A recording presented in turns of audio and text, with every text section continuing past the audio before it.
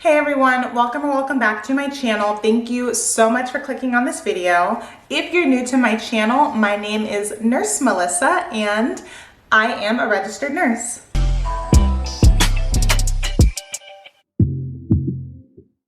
So in today's video, I'm going to be talking about how I passed the NCLEX in 85 questions, and I'm going to go ahead and put chapters down at the bottom. So if there's anything that you want to skip ahead to, skip over, or replay, it'll just be that much easier to do. So first I'm going to talk about exactly what the NCLEX is, in case there's anybody watching that does not know. That is the licensure exam for nursing. So after you go through nursing school and even after you get your nursing degree, in order to actually become a registered nurse, you have to sit for the licensure exam, which is called the NCLEX. It is an acronym. I do not know off the top of my head what the acronym stands for, but last year the NCLEX format was changed. So the exam is still the NCLEX, but the formatting was changed.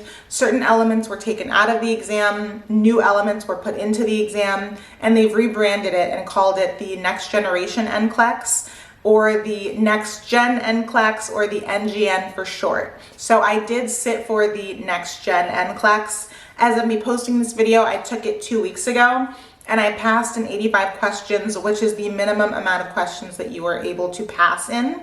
So I believe the exam can go up to 150 questions, and pretty much just a really quick basic overview of how it works. It is a computer adaptive test, so it adapts with you, and very basically it's kind of like there is this margin that the exam is judging you on. It's like a midline. And so if you are taking the exam, every question that you get right, you are going above the margin. Every question that you get wrong, you're going down. And so once you hit 85 questions, if you were way above that little margin, the exam will shut off for you and you passed. Now, if you were way below that margin, when you hit 85 questions, the exam will shut off and you failed. If you are kind of right at that margin, which is called borderline, the exam will keep going until it can determine whether you are above the margin, which indicates that you know your stuff, or whether you are below the margin, which indicates that you do not know your stuff and you fail. So the exam is kind of waiting for you to fall into a category of above the margin or below the margin. And if it takes you 150 questions to be placed, then you go up to 150 questions. So the exam can shut off at 85, it can shut off at 90, it can shut off at 110. Pretty much anytime that you are determined to be able to pass the exam or fail the exam will shut off. So now I'm going to go into how long I studied for. So I studied for 5 weeks for this exam, and I did take notes on my phone because there's a lot and I want to make sure that I do not forget anything, because I know how important this video is if you are watching it and you are preparing for your NCLEX. So like I said, I took 5 weeks to study. I started studying on May 13th and I sat for my NCLEX on June 17th, 2024. So class got out the end of April. I think the last day of classes was like April 27th or April 28th, and I didn't start studying until May 13th. So I took 2 weeks to do absolutely nothing nursing related. I still worked, I worked full time. And so the first week I was just going to work and coming home and relaxing. The second week I took off of work, I got out of the country and I went on vacation with my husband. And then the day that I got back from vacation, that is when I purchased a software to start studying for the NCLEX. So there were 3 main resources that I used to prepare for the NCLEX. The first and biggest resource that I used was Archer, and I paid for a 60-day subscription, and I had access to both the online videos and the quiz bank. So by far, if I had to put a percentage on it, I would say that like 90% of my studying came from Archer. I used Archer. Probably 9% was listening to Mark K lectures. And then the final 1%, last resource that I used, was Level Up RN on YouTube. Okay guys, I'm sorry, but my camera battery died and I cannot find any other batteries, so I'm going to finish this video on my phone. So like I was saying, the 3 resources that I used were by far Archer was number 1, Mark K was number 2, and then Level Up RN was number 3. Really, I only listened to 4 Mark K lectures, and I wrote it out on my phone, but I'm using my phone to film. So I will go ahead and list it to the side of me. So now I did not listen to every Mark K lecture just because I didn't have time to listen to every Mark K lecture. And I think I'll go more into how I listened to his lectures when I'm talking about how I studied. But I only listened to 4 of his lectures. Like I said, I'll list them here on the side. The one that I listened to each one once. All of the 4 that I listened to, I listened to each of them at least once. And then I would go back and play certain parts of certain lectures repetitively. But I listened to the prioritization and delegation twice. And to be completely honest, if you listen to no other Mark K lecture, I would highly advise you to listen to prioritization and delegation. Okay, so now I'm going to talk about my study schedule. So for me, the first 2 weeks of studying were me going to the library every day after work. So I would work typically from like 8 to around 5. On average, I'd get off between 4:30 and 5:30. But I'd work from like 8 to 5, and I would leave work and head straight to the library. I'd pack myself like a snack or a dinner, and I would just study until the library closed at 9. So I was pretty much at the library every Monday through Friday from around 6 to 9 o'clock. And then on the weekends, the library is only open for 5 hours. So I would go to the library right when they opened, and I would stay there until they closed. So I got in a good 3 to 4 hours of studying every single weekday. On Saturdays, I would get in 5 hours of studying. On Sundays, that was the one day of the week where I didn't go to the library at all. And I don't even know if the library is open on Sundays, but I just took that as a day to not go to the library. But I would still study or review my notes in some form at home. And then the next part of the video, I will detail exactly how I studied. And so that was the first like 2 weeks out of the 5 weeks of me studying. After that, I had like personal stuff going on, and I just needed to be home more. So I started a different routine where I'd stay at work a little bit later. So I'd stay at work around 6. I'd come home, have dinner, make dinner for my husband. Especially the last week of me studying, I'd walk the dog, I'd shower, I'd change, I'd get comfortable. And then I would sit and like start studying at home around like anywhere from, usually it was around like 7 p.m. I'd start studying. And I would study from either 7 to 10 or 7 to midnight. There were a couple of nights where I was studying from like 7 or 8 p.m. until 2 a.m. It was easier for me because I didn't have that restriction of the library closing. The first 2 weeks, the library closed at 9. So I'd have all my stuff packed up. I'd be out of the library, and I would just have to be done studying at 9. Versus at home, I could study as late as I wanted to. Don't know how healthy that was, but in terms of me reviewing material and me studying, it was really good. And out of that whole 5-week period, I didn't study every single day, but I did study most days. I'd probably say out of that entire 5-week period, there were maybe 4 or 5 days where I completely didn't study at all. Every other day I studied hardcore, following the schedule that I just mentioned to you guys. So now I'm going to talk about how I studied. So like I mentioned, Archer was by far my primary resource for studying. And then I used Mark K and Level Up RN on YouTube as supplementary resources. So pretty much Archer has everything that you need to prepare for the NCLEX in it, in my opinion. And really quickly, I'll talk about UWorld. Throughout nursing school, I heard people talking about Archer and UWorld. A lot of people used UWorld, but for the last year, since the next gen NCLEX came about, like since the original NCLEX or the old NCLEX kind of changed and converted into the next gen NCLEX, everybody that I went to school with pretty much just talked about Archer. I heard Archer is what people used. Archer was most like the exam. People studied with Archer and they passed. So I thought about comparing and contrasting UWorld. I actually thought about making a video on doing it. But to be honest, I was so overwhelmed with my final semester of nursing school and finishing everything. When I was ready to start studying for the NCLEX, I just picked Archer and I purchased it without even looking at UWorld. So I've heard good things about UWorld. It's very possible that I know people online and stuff have used UWorld for the next gen NCLEX and they have passed. I'm sure UWorld is great. I know nothing about it. What I used is Archer and I thought that it was amazing.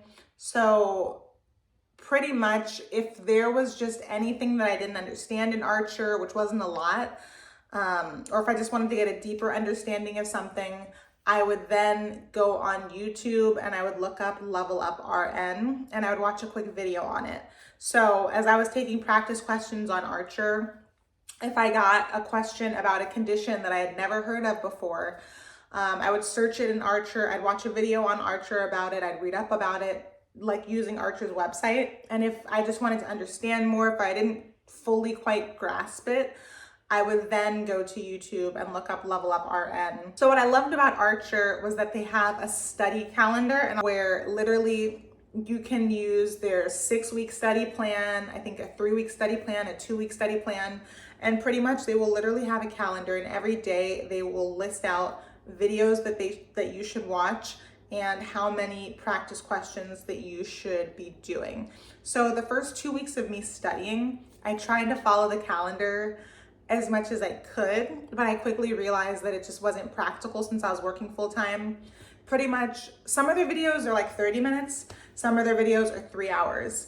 And so at first it was cute and I'd watch like a little 30-minute video and then I would do like 65 questions or 85 questions in their question bank.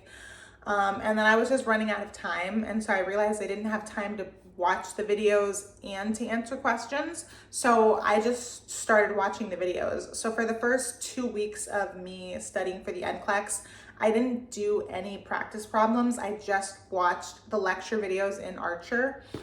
And then I bumped into a girl I went to school with and she was studying for the NCLEX. She also used Archer. And she told me that she did not watch any videos. She was just answering questions. And so then I went onto YouTube and I looked up how people were prepping for the NCLEX. And a lot of people that were using Archer said that they were not watching the videos. They were just answering questions in the question bank. So after the first 2 weeks of me studying, that's when I switched over and I started taking the quizzes on Archer. And I started really going through the question bank. And then me using Mark K, I did that the final like week and a half to 2 weeks of me prepping for the NCLEX. I was talking to one of my girlfriends that was in my cohort. She sat for the NCLEX, she passed it, and she was the one that told me about Mark K. And she told me she didn't have time to listen to a lot of his videos, but if I listened to nothing else, I should listen to the prioritization and delegation. So that's when I started listening to Mark K. And pretty much, I wouldn't take notes while listening to Mark K. I would always be doing something. So when I was driving in the car, I was listening to his lectures. When I would go to work, I go to work before everyone else. Most days I go to work before everyone else and I kind of open up my job. And so it involves me like making coffee and doing certain like routine tasks that don't require too much brain power. And so every morning I would have my headphones in and I'd listen to Mark K.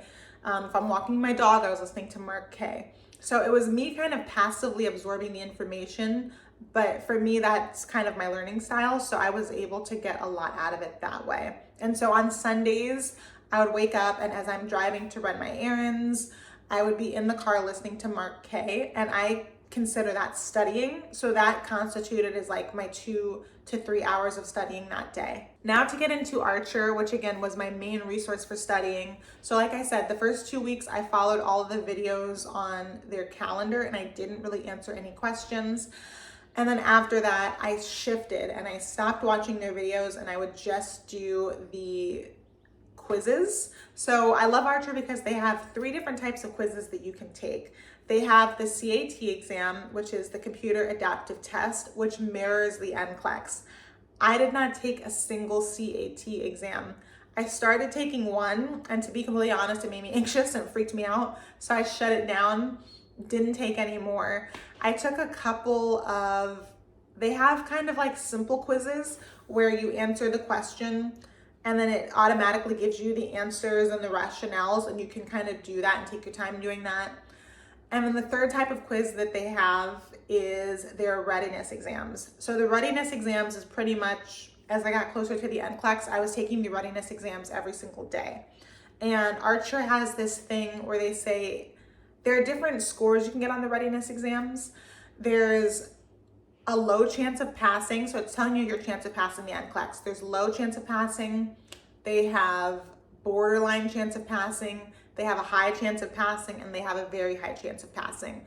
And so the readiness exams give you 85 questions. You answer the questions as if you're taking the real exam. And then after you finish the exam, you get analytics, and you can go back and look at each question, see the answer for the questions, and see the rationales for the questions. So it really breaks it down. So towards the last like 2 to 3 weeks of me studying for the NCLEX, it was me coming home, taking a readiness exam. Each readiness exam took me close to 2 hours to do. And then after I took my readiness exam, I would go back, look at my analytics, and go through every single question, even the ones that I got correct. I would look at the rationales and I would take notes on them. And then again, anything that I didn't understand or I didn't know, that's when I would look at Archer videos, or I would go to Level Up RN. And so Archer kind of guarantees you that if you take 4 readiness exams in a row and score either high or very high, that you have like a 98% chance of passing the NCLEX. I will be completely honest, I scored low and borderline for every single exam that I took. I scored low and borderline for every single readiness exam I took on Archer except for one. I got one high score. Even if you're not scoring high on the readiness exams, yes, it's cause for concern. It means you need to go back and review a lot, but it's not a guarantee that you're going to fail. Like I mentioned, first 2 weeks of me studying, I would watch videos. I would take very detailed notes while I was watching videos in the evenings, and then in the mornings at work, I would kind of review the written notes that I had. And then the last 2 to 3 weeks of me studying for the NCLEX, I would just go home, take a readiness exam, and then use the rest of the night to go through each question and all of the rationales one by one, even for the questions that I got correct. And I would write and take notes as I was doing that. And then the next day I would review my written notes. I would make flashcards. Now I'm going to get into what I studied. So I'll be completely honest. There's no way to know specifically what to study for this exam. What I did was I knew my weak areas and I made sure that I spent a lot of time studying for that. Pharmacology by far was my weakest area in nursing school. Thankfully, Archer had 3 videos on pharmacology. It was like pharmacology part 1, 2, and 3. Part 1 was like, I think 2 hours. Part 3 was like 4 hours. Like it was a lot. And so I actually ended up taking off 2 days of work. On top of, I started studying pharmacology over like a Saturday, and I was like, this is a lot. And so in addition to that, I took off 2 days of work. So I spent literally 3 days just watching the Archer videos on pharmacology and taking notes. And then after I did that, I made flashcards, and every single day I was reviewing pharmacology. I feel very comfortable in pharmacology now, I will say that. But that was my weak spot. So what I did, like I said, I focused on my weak spots. Pharmacology was one. So most of my studying was on pharmacology. And then in addition to studying my weak spots, I knew that there's certain things throughout nursing school that were really important and very common. So of course, there's so many critical conditions out there, but in nursing school, the big ones we learned about were anything involving diabetes, especially hypoglycemia and DKA, which is diabetic ketoacidosis. That was something throughout nursing school. I heard a lot about that. So I spent a lot of time making sure that I knew all the main points of that. COPD was something huge that we would always hear about in nursing school. CHF, which is congestive heart failure, and all of the symptoms associated with that. So if you are a nursing student, especially if you're in your final year of nursing school, you know the major conditions that you hear about, you've been hearing about literally in pretty much every single class. You know that those are major. That's what I decided to make sure that I knew down to a T. I made sure I watched any videos on Archer that I wasn't really familiar with.